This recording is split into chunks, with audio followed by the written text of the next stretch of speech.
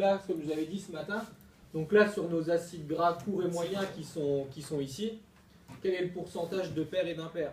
Et en sachant qu'il y a un lien, donc les pairs sont plutôt liés à ces deux, à notre flore cellulitique, nos AGV C2, C4, et les impairs avec notre C3.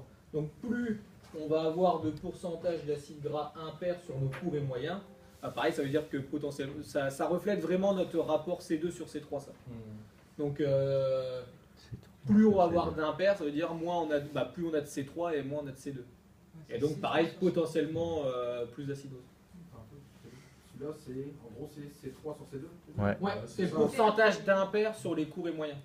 Mais ça retrace notre rapport, mais c'est C2 sur C3. C'est Les 3. impairs, ils viennent des C3 principalement. C'est C2 sur C3 le rapport. C'est 3 sur C2. Oui, mais là après c'est les impairs. Non, mais ça reflète le rapport C2 sur C3. Ouais. Après là c'est bien le pourcentage Ouais. d'impairs sur les courts et moyens. C'est là en fait on regarde si plus là, donc là c'est quand on est élevé, on a plus de 22%. Donc là ça veut dire que potentiellement on a beaucoup plus de C3 que de C2.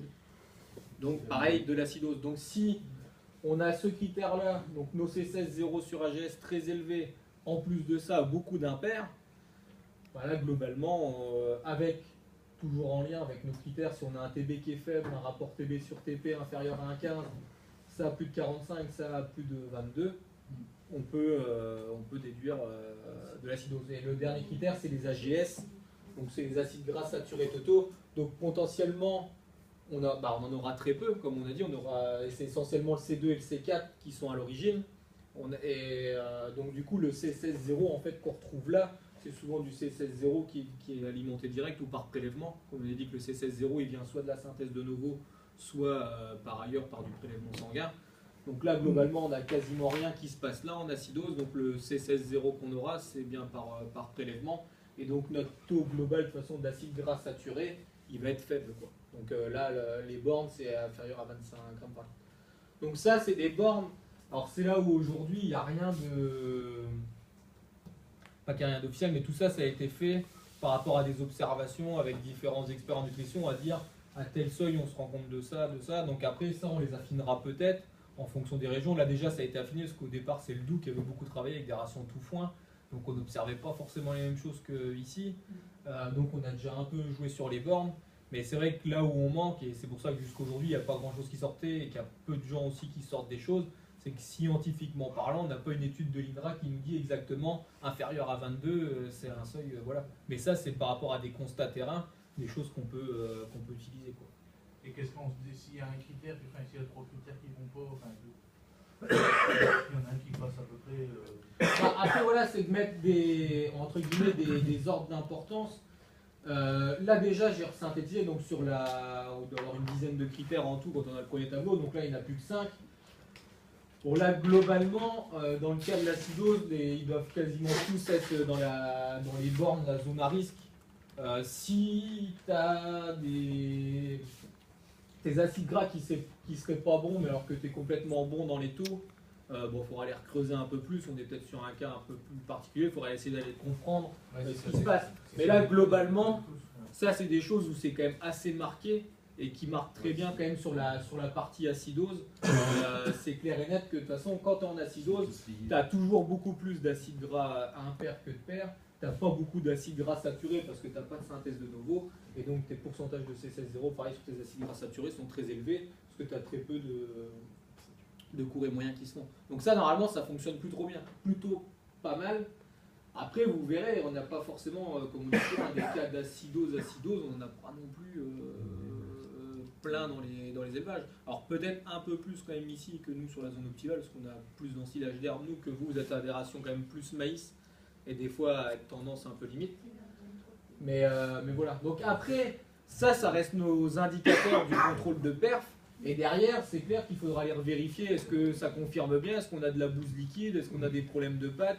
Tous nos critères qu'on peut observer d'acidose sur nos vaches, il faudra essayer de le confirmer. Après, ça peut permettre, si on voit rien quand même sur les vaches, on va quand même se mettre un peu en alerte, c'est qu'il doit quand même avoir quelque chose qui traîne, ou alors on est un peu en prévision d'un souci, et il va peut-être falloir anticiper un problème, quoi. Et donc après, bon, j'avais mis vérifier quand même les apports d'amidon, de NDF, vérifier l'équilibre énergie-azote. Mais globalement, ça c'est des choses qui marchent très bien. Et là, j'avais mis en exemple le cas de l'élevage de Jérémy, le dernier là que tu as eu. Donc du coup, là, un éleveur, 32 kg de lait, 32 TB, 31,8 de TP. Donc du coup, un rapport TB sur TP à 0,94. Les acides gras saturés, on était à l'écran, c'était 21,3, donc inférieur à nos 25 comme on a vu juste avant. Le pourcentage de C16,0 sur AGS à 46%, donc on est bien supérieur aux 45% qu'on a vu juste avant. Et ici, le pourcentage d'acide gras. Donc là, pour l'instant, il y avait une petite erreur sur l'indicateur, c'est marqué pourcentage d'acide gras pair, mais ça va être corrigé, c'est le pourcentage d'acide gras impair. Donc là, qui est supérieur à 22. Donc là, on a vraiment tous les critères qui sont vraiment qui coïncident vers de l'acidose. Après avoir eu la ration de Jérémy, c'est un éleveur, le taux de cellulose NDF, on était à 30, en dessous de 33, je crois, de NDF. On était à plus de 30% d'amidon, 17%, même pas 17% de cellulose. Donc globalement, là, c'est pas très compliqué. Le diagnostic, il est fait, tu as de l'acidose, quoi. Donc là, qu'est-ce que tu fais derrière? C'est tu baisses ton taux d'amidon, tu remets de la NDF, tu essayes de remettre de la fibre. Parce que là, je vais te donner des faire,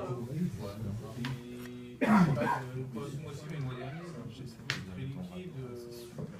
Il était parti en vacances, il nous a mangé. Ouais. Et je fais un peu ce contrôle pour voir. Donc il est bien au niveau à 46,96. Ouais. Mais par contre, il est à 19. En acide gras impair sur les pairs, pas sur les saturés, ouais. Et en acide gras saturé totaux.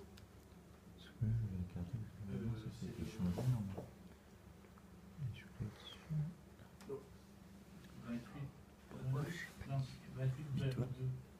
Ouais, donc là, il est plus